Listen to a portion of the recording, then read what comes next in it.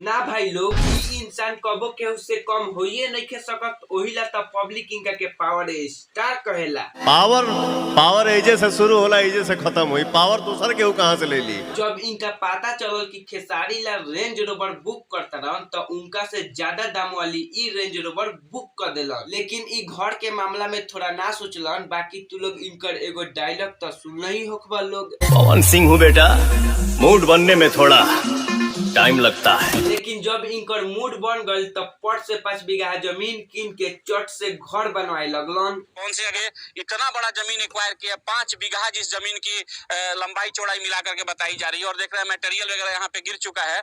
क्या कुछ कहना चाहेंगे? ना भाई लोग, जितना पैसा प्रमोद प्रेमी खेसारी लाल भोजपुरी के एस सिंगर अपन घर में फूक ले बा लोग, ओसे ज्यादा के त ई अपन जमीने किन देलन।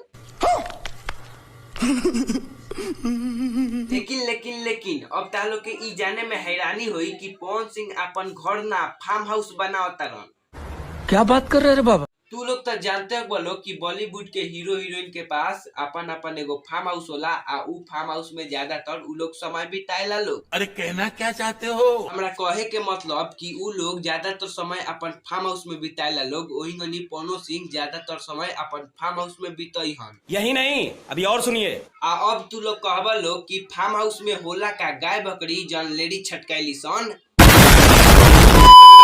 अरे ना मर्दे, ई फार्म हाउस में एगो आलीशान हॉल, स्विमिंग पूल, गार्डन, जिम आरू एगो म्यूजिक स्टूडियो बनी। तबे न पवन सिंह के गाना एकदम धड़ धड़ शूट हुई उनकर फार्म हाउस में।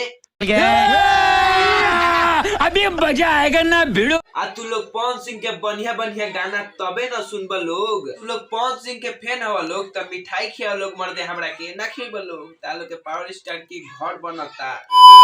तो भाई लोग, वीडियो खत्म करे से पहले हम तालोग से एगो बात कहल चाहता है। नीचे डिस्क्रिप्शन में हमारे इंस्टाग्राम के लिंक बा। तू लोग अगर हमारे बात करे के चाहता हो लोग, चाहे भोजपुरी इंडस्ट्री के बारे में कोनो भी जुड़ल खबर जानने के चाहता लोग, तो तू लोग हमारे इंस्टाग्राम आईडी के फॉलो करा लोग। और बाकी तालोग के वीडियो पसंद आए तो वीडियो के लाइक कर लोग, चैनल के सब्सक्राइब करा लोग। Tata bye by.